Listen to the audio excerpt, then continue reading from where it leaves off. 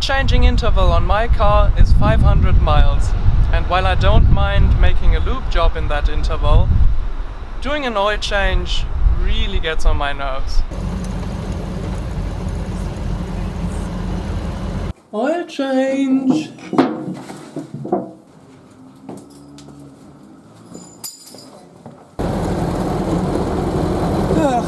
And another 500 miles.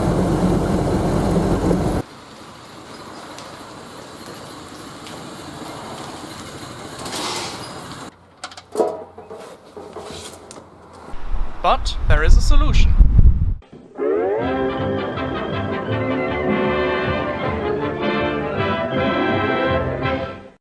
By far the most popular oil filter kit for the Model A is the full flow type, which mounts onto the valve side cover. Now it's quite pricey, and it means you'll have to take off the exhaust manifold to install it. Plus I wasn't too happy with the looks of the thing, with the filter just blandly sticking out the side like that, and so I shied away from that one. And I went online and found this one, which is a fine filter, and they seemed quite cheap to have, until I saw that the filter housings themselves were, well, just as pricey as a filter kit.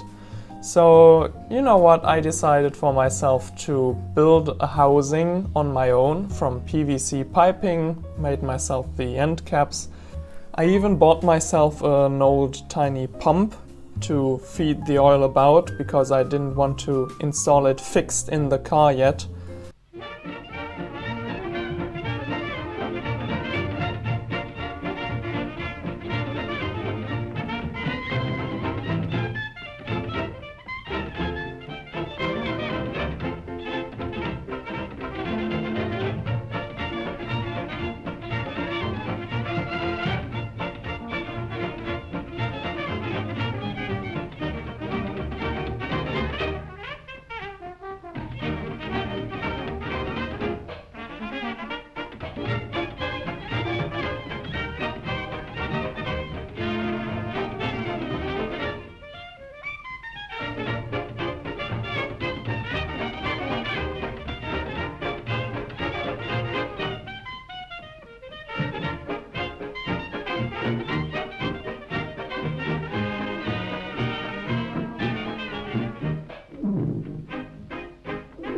Went through all the efforts of filtering the stuff with this tiny pump, which wasn't even designed to pump oil in the first place. And we checked it under a microscope because it didn't look any different to the naked eye. And well, the guy said that yes, it could be reused in your engine, and it did look a little cleaner than before, but I just wasn't fully convinced with it. Plus, it didn't look so pretty. I wanted to have it dangling about in my engine compartment. So I went online again and found out about this filter kit. This thing is partial flow, and it mounts onto the timing gear side cover. It's much less effort to install, and when you paint your filter black, it is nowhere near as striking as the full flow kit. You'll see what I mean later on in the video, but that's the one I decided to buy, and that's what we're going to install now. So here is what you can expect to see inside your package. This here is the oil filter. It even says Ford on here, so we know that's genuine. Next up in the box is the crucial item, which is the adapter plate, which you fit in place of the timing gear side cover, inspection cover, whatever you want to call it. And as you can see, it's got this nice beefy piece here on the side, which this thing is supposed to screw into. And then along with the rubber gasket, you can screw the oil filter onto here. And that's the way that's going to look like. Now, a couple of things here. First off, you may be able to notice a couple of paint specks on here. That's not how it was originally. I already tried painting it engine color, and the paint can I got seemed a little bit on the light side, so I tried mixing it with a little bit more black, and apparently water-based and acrylic-based paint don't really like mixing that much, and it turned into some gloopy nonsense. So I had to get rid of that, and we're going to prime and paint it with the spray can this time. Some more bits and pieces here. This is the O-ring I was talking about that comes into the oil filter. This is the crucial connecting pipe, which is going one end into the adapter plate and the other end into the oil pump hole. A couple of tube fittings, of course, and the timing gear side cover gasket, which goes on here like so. I'm going to prepare this thing a little bit because it's got a few sharp corners still, which I want to get rid of, and I'm going to thoroughly inspect it for any machining residue, i.e. chips, i.e. swarf, because the last thing I want my engine to get is freshly filtered and chip infected oil. Upon closer inspection of this side cover here, you can not only see that they used the lightweight aluminium with the blowholes in here, as they did on my generator pulley that fell into bits, but also they forgot a plug screw here. You see, the way the oil is supposed to go is in from the oil pump into the casting, around the elbow here, and then sideways into the oil filter, go through the oil filter, go in through the middle, and then through that hole get dumped onto the timing gear.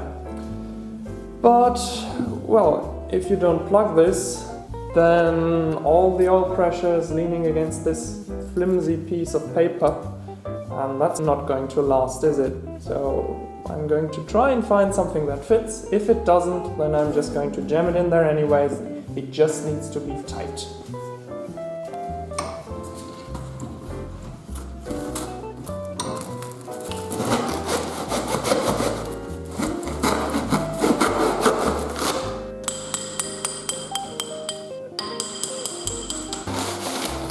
Paper! Exactly what I wanted! And this junk.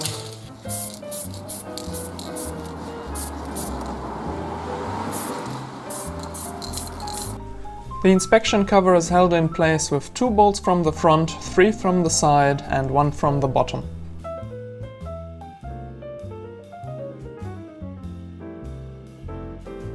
Now, if you're only here to install the oil filter kit, then all you have to do is install the new backplate,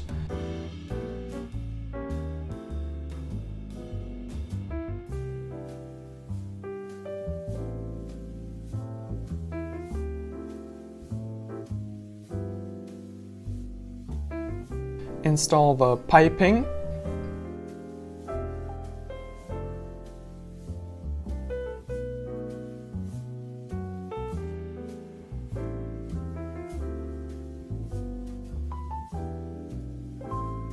screw the filter onto it, and you're done with it.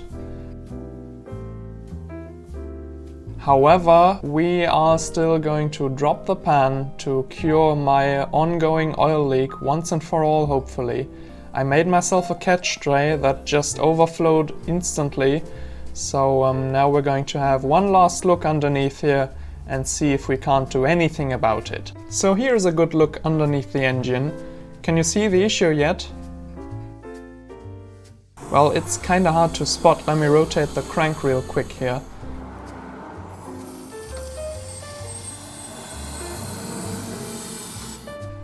It's got to do with the oil overflow pipe on the rear main. It's a very unique design where all the oil that flows out of the engine on the flywheel side is caught in a groove cut into the rear main bearing. That oil then travels down the return pipe, and in order for that to work, the pipe needs to be submerged in oil in the bottom and screwed airtight into the bearing half, because all the overpressure generated in the crankcase by combustion gases seeping past the rings would interfere with that gradual gravity flow. Now, on my car, the screw mount was actually broken apart, and we fixed that with some JB Weld, and so far it's actually held up quite nicely. With the reason for the oil leak now found and taken care of, we could be a lot more frugal with the silicone sealant than we were the last time. So now I use the thick, smushy cork rubber gaskets and only put some silicone onto the very ends where the gaskets and the rope meet. Yeah, we stuck the gaskets onto the block using grease, put the oil pump back in place, held it there with a pin, and then it was time to re-torque the oil pan.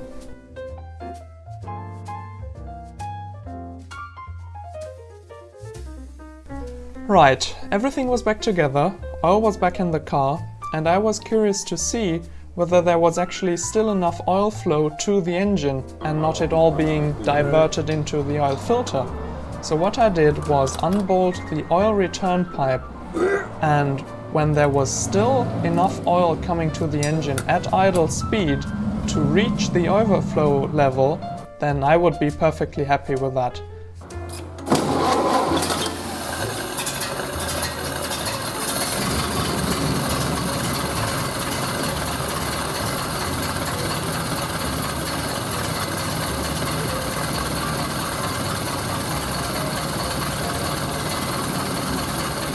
Okay, there's the mess I've been waiting for. So I can gladly say we've got enough oil flow to the engine. We also have enough flow to the filter because it got very warm indeed after driving it for a while. And after 1500 miles without oil change, it still looked a lot better than after 500 miles without a filter. So I'm very happy with the conversion. One side note though, I did poke the rubber gasket in the oil filter in order to allow the low pressure of the partial flow system to still get oil into that filter. And that's about it. Thank you very much for watching. Consider a like, leave a comment, and that's it for this one. Bye bye!